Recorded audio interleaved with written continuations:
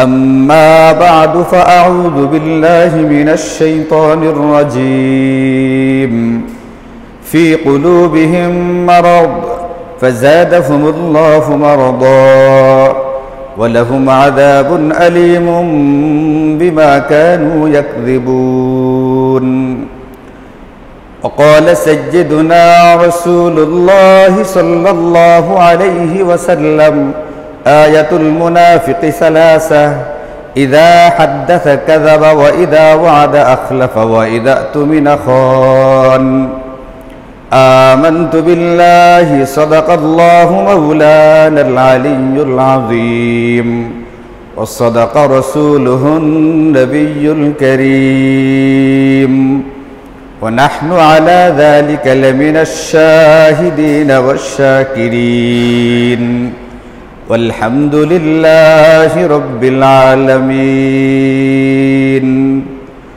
اللهم صل على محمد وعلى آل محمد كما صليت على إبراهيم وعلى آل إبراهيم إنك حميد مجيد اللهم بارك على محمد وعلى آل محمد كما باركت على إبراهيم وعلى آل إبراهيم إنك حميد مجيد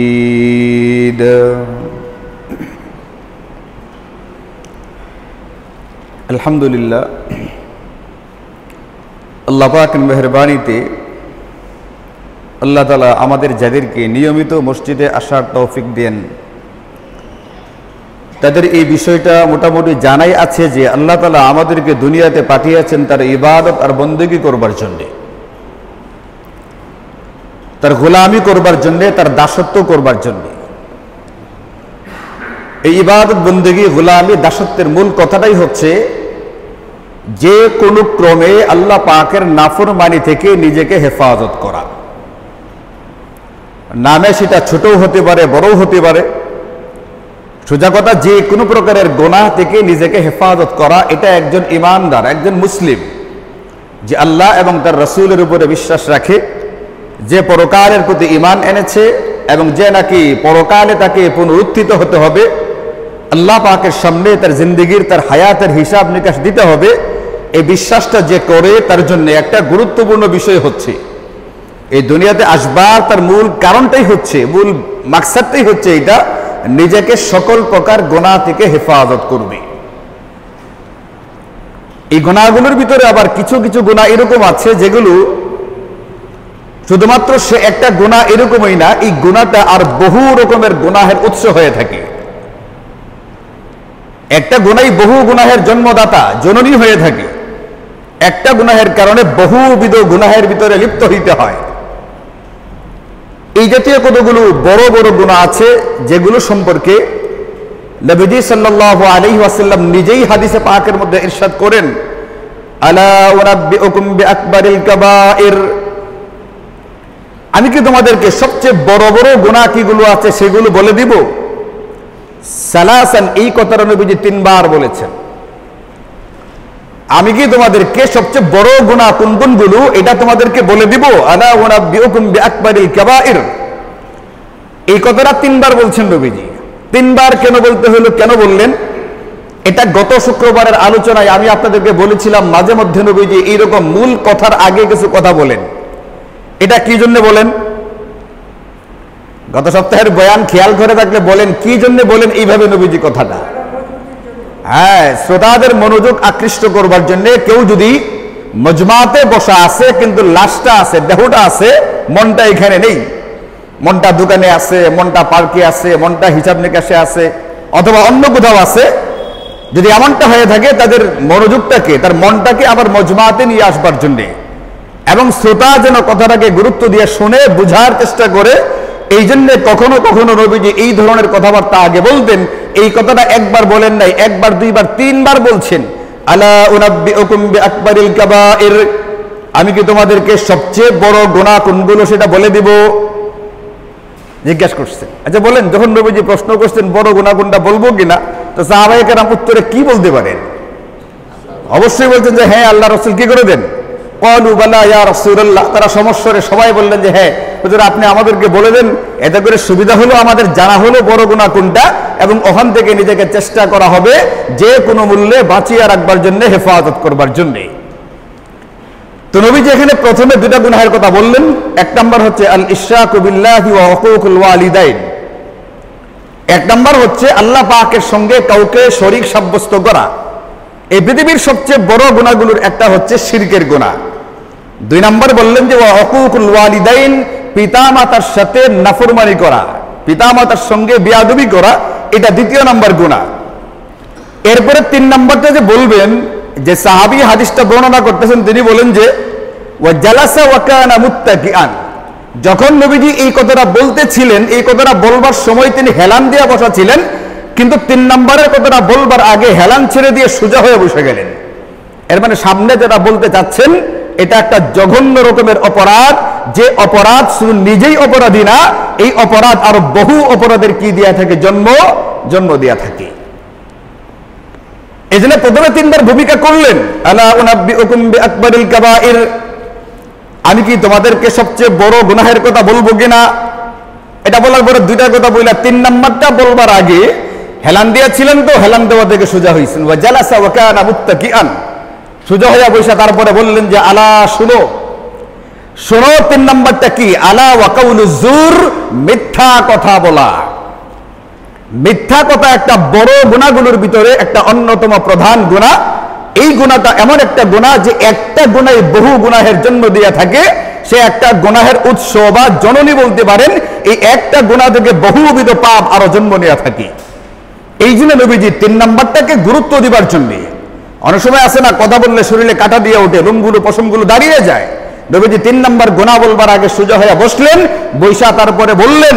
এর মানে বুঝাইলেন মিথ্যা একটা জঘন্য, ঘৃণ্য, একটা মারাত্মক রকমের অপরাধ এবং গুনাহ। এই জন্য একজন মুমিন যে হবে, মুসলমান যে হবে, সে কখনোই তার ভিতরে মিথ্যাবাদিতা, মিথ্যাচারিতা এইগুলো আসতে পারবে না। হযরতে আবু বকর সিদ্দিক রাদিয়াল্লাহু আনহু তিনি ইরশাদ করেন, তার একটা আসার, তার একটা রিওয়ায়াত, তিনি বলেন যে ইউতবাউল মুমিনু আলাল খিলালি কুল্লিহা ইল্লাল খিয়ানাতা ওয়াল কাযিবা। একজন মুমিনের ভিতরে ইমানদার হওয়ার পরেও তার ইমানের দুর্বলতার কারণে অন্যান্য সমস্ত স্বভাব বা বিষয় আসতে পারে। একজন মুমিন বা মুসলমান হওয়ার পরেও তার ভিতরে বিভিন্ন রকমের সমস্যা থাকতে পারে, ইমানের দুর্বলতার কারণে হতে পারে এটা। কিন্তু দুটা জিনিস তার ভিতরে ইমান থাকলে কখনোই আসতে পারবে না। যদি কোনো ব্যক্তির ভিতরে ইমান থাকে তাহলে দুটা জিনিস তার ভিতরে আসবে না। এক নম্বর ইল্লাল খিয়ানা, খিয়ানত তার ভিতরে থাকবে না, দুর্নীতি বা আত্মসাতের স্বভাব তার ভিতরে থাকবে না। এবং দুই নম্বর ওয়াল কাযিব, মিথ্যা তার ভিতরে থাকবে না। তাহলে একজন ইমানদারের ভিতরে, একজন মুমিন বা মুসলমানের ভিতরে ইমান থাকবার পরেও অন্যান্য কিছু কিছু অসুবিধা তার ভিতরে জমা হতে পারে। ইমান থাকার পরেও তার ভিতরে অন্যান্য কিছু বিষয় আসতে পারে। কিন্তু একজন ব্যক্তির ভিতরে, যার ভিতরে সত্যিকারের ইমান আছে, এই ব্যক্তি কখনোই মিথ্যা বলবে না, এই ব্যক্তি কখনোই খিয়ানত বা আত্মসাতের কোনো কাজে লিপ্ত হবে না।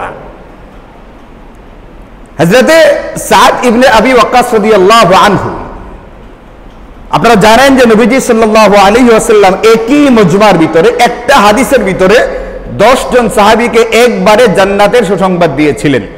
আপনাদের জানা আছে না এটা? একসঙ্গে এক বৈঠকে এক হাদিসে নবীজি 10 জন সাহাবীকে দুনিয়াতেই জান্নাতের সুসংবাদ দিয়েছেন। এর মানে সকল সাহাবীদের মধ্যে জান্নাতের সুসংবাদ শুধু 10 জন পাইছেন না, শুধু 10 জন না, আরো অনেককে বলছেন। কিন্তু একই মজমাতে, একই হাদিসে একবারে বলে দিয়েছেন কয়জনের কথা? 10 জনের কথা বলে দিয়েছেন। এই 10 জনকে বলা হয়ে থাকে আল আশারাতুল মুবাশশারা, জান্নাতের সুসংবাদ প্রাপ্ত বিশিষ্ট 10 জন সাহাবী। ইনাদের ভিতরে একজন হচ্ছেন হযরতে সাদ ইবনে আবি ওয়াক্কাস রাদিয়াল্লাহু আনহু, যিনি সম্পর্কে নবীজির মামা হইতেন এবং ইসলামের পক্ষ থেকে অমুসলিমদের বিরুদ্ধে, বেঈমান কাফেরদের বিরুদ্ধে জিহাদের ময়দানে ইসলামী ইতিহাসে সর্বপ্রথম তীর ছুঁড়ে মেরেছিলেন যে সাহাবী, ইনি হচ্ছেন হযরতে সাদ ইবনে আবি ওয়াক্কাস রাদিয়াল্লাহু আনহু। ইনার থেকে বর্ণিত হাদিসে পাকের মধ্যে আছে, তিনি বলেন ইয়াকা ওয়াল কাযিবা, তোমরা মিথ্যা থেকে দূরে থাকবে, মিথ্যার কখনো আশ্রয় নিবে না, মিথ্যা কখনো বলবে না, সদা সর্বদা মিথ্যা থেকে দূরে থাকবার চেষ্টা করবে। বলে কেন? ফাইন্নাহু মাজানিবুল লিল ঈমান, কারণ মিথ্যাচারিতা, মিথ্যাবাদিতা এটা ঈমানের সম্পূর্ণ পরিপন্থী এবং বিপরীত জিনিস। এর মানে হলো যে ব্যক্তির ভিতরে সত্যিকারের ঈমান আছে, ঈমানের রূহ বা প্রাণ যার ভিতরে আছে, ঈমানের যে মূল হাকিকত যার ভিতরে আছে, এই ব্যক্তি কখনোই মিথ্যাবাদিতা, মিথ্যাচারিতার আশ্রয় নিবে না, সে মিথ্যা বলতে পারবে না। যদি কোনো ব্যক্তি নিজেকে মুমিন দাবি করার পরে, কোনো ব্যক্তি নিজেকে তাহাজ্জুদ গুজার দাবি করার পরে, কোনো ব্যক্তি যদি নিজেকে 5 ওয়াক্ত নামাজি এই কথা দাবি করবার পরে, কোনো ব্যক্তি যদি নিজেকে কুরআন কারীমের তেলাওয়াতকারী এই কথা দাবি করে, দাবি করার পরেও যদি সে মিথ্যা বলতে থাকে, এর মানে হলো তার ভিতরে সে ঈমানের দাবি করলেও ঈমানের হাকিকত তার ভিতরে নেই, ঈমানের বাস্তবতা তার ভিতরে নেই, ঈমানের রূহ বা আত্মা বা প্রাণ তার ভিতরে নেই। ঈমানের নামে একটা জিনিস ঘুরে বেড়াচ্ছে, ঈমানের নামে সে দাবি করে বেড়াচ্ছে, কিন্তু বাস্তবে তার ভিতরে ঈমানের রূহ বা প্রাণ তার ভিতরে নেই। এই জন্য আল্লাহ তাআলা কুরআন কারীমের একেবারে শুরুতে এই গোটা পৃথিবীর মানুষগুলোকে 3 ভাগে ভাগ করছেন। একেবারে শুরুতে মুত্তাকি বা মুমিন মুসলমানদের কথা বলছেন, তাদের পরিচয় বলছেন, তাদের স্বভাব বা বৈশিষ্ট্যগুলো বলছেন, এবং তার শেষ পরিণাম কি হবে, পরিণতি কি হবে, এটাও বর্ণনা করছেন। এরপরে দ্বিতীয় নম্বরে আল্লাহ তাআলা কাফেরদের সম্পর্কে আলোচনা করছেন। দ্বিতীয় প্রকার হলো কাফের। কাফেরদের সম্পর্কে আল্লাহ পাক আলোচনা করতে গিয়ে মাত্র 2টো আয়াত ব্যবহার করেছেন। কয়টা আয়াত? মাত্র 2টা আয়াত আল্লাহ তাআলা আনছেন কাফেরদের সম্পর্কে আলোচনা করতে গিয়ে, 2 লাইন মাত্র। কাফেরদেরকে 2 নম্বর প্রকারে আনছেন, আইনা বলছেন তাদের পরিচয়, তাদের স্বভাব এবং তাদের শেষ পরিণাম কি হবে, এটা আল্লাহ পাক বলে দিচ্ছেন। কাফেরদেরকে বিস্তারিত বলতে হয় নাই। কেন?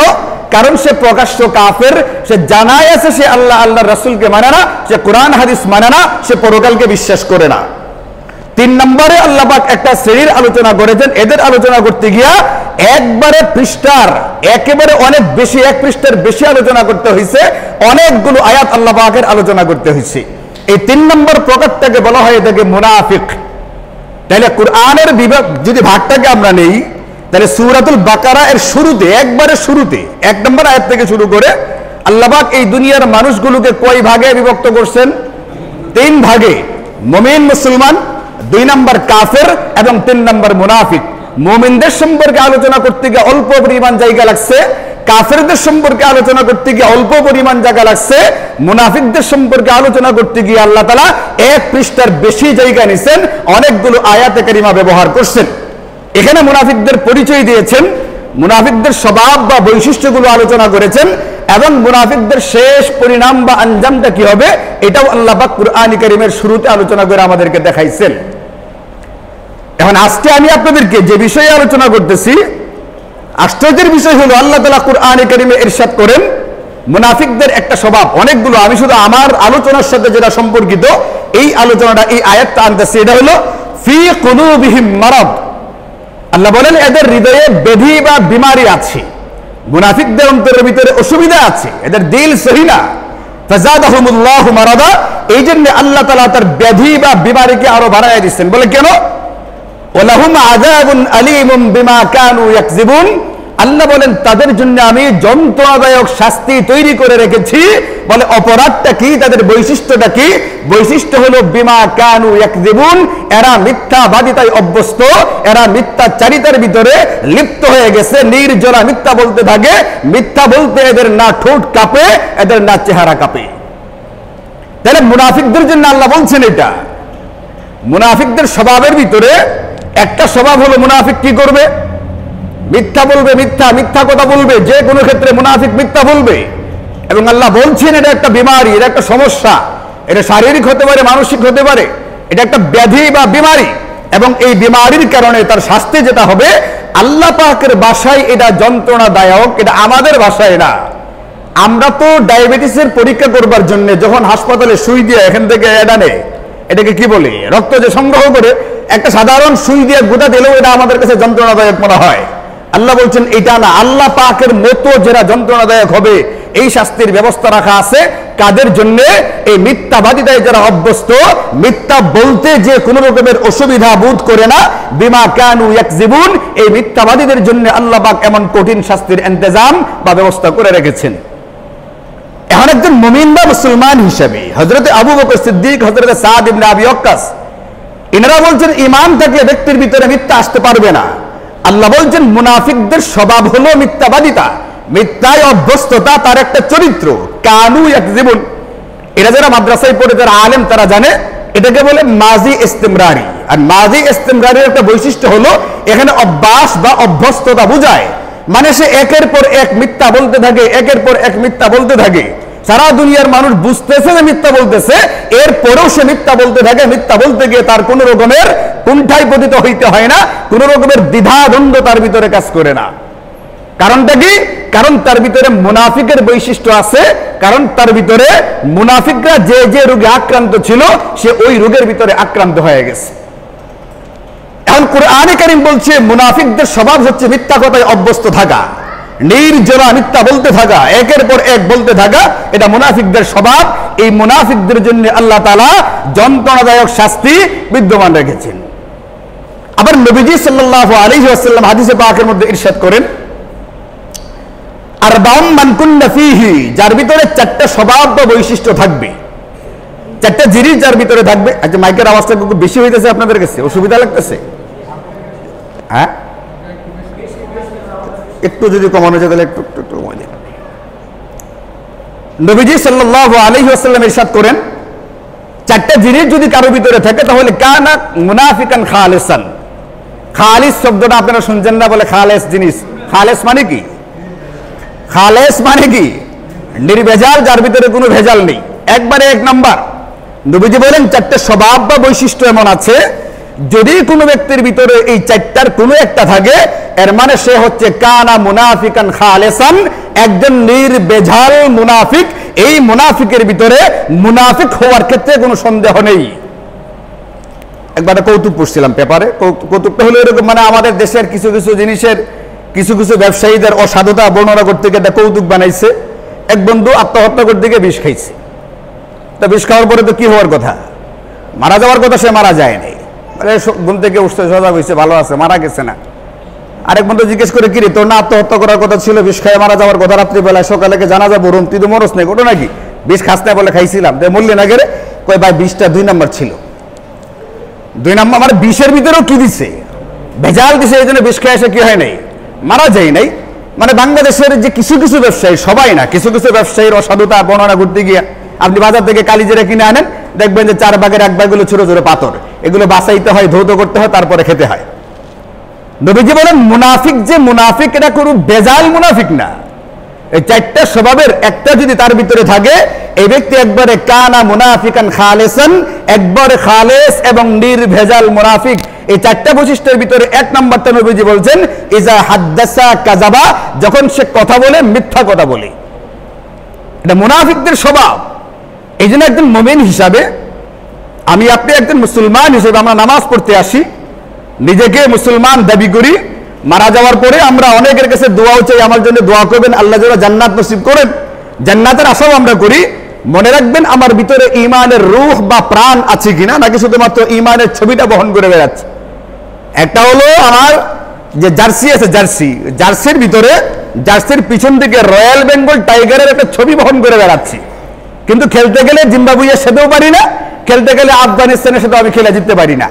এটাকে সত্যিকারের রয়্যাল বেঙ্গল টাইগার নাকি টাইগারের ছবিটাকে বহন করে বেড়াচ্ছি? টাইগারের ছবি বহন করে বেড়াচ্ছি। দাপট দেখে আমি রয়্যাল বেঙ্গল টাইগার, কিন্তু খেলতে গেলে আমি হচ্ছি 30 বছরের পুরাতন খেলোয়াড়, আর এরা হচ্ছে মাত্র 5 বছর আগের খেলোয়াড়। ক্রিকেট, আন্তর্জাতিক ক্রিকেটে খেলতে আসছে, এদের সাথে আমরা খেলে কুলাইতে পারি না। প্রত্যেকবার খালি একই কথা, আগামীতে আরো ভালো করবো, আগামীতে আরো ভালো করবো। এই আগামী করতে করতে কিয়ামত লাগাতে আমাদের কি হইতেছে? আগামীকালি আসতেছে, আগামীকালি আসতেছে, কিন্তু ভালো করা যাচ্ছে না। তা আমাদের এরা যেরকম একটা রয়্যাল বেঙ্গল টাইগারের চিত্রটাকে ধারণ করে, বাস্তবে তারা রয়্যাল বেঙ্গল টাইগারের মতো না।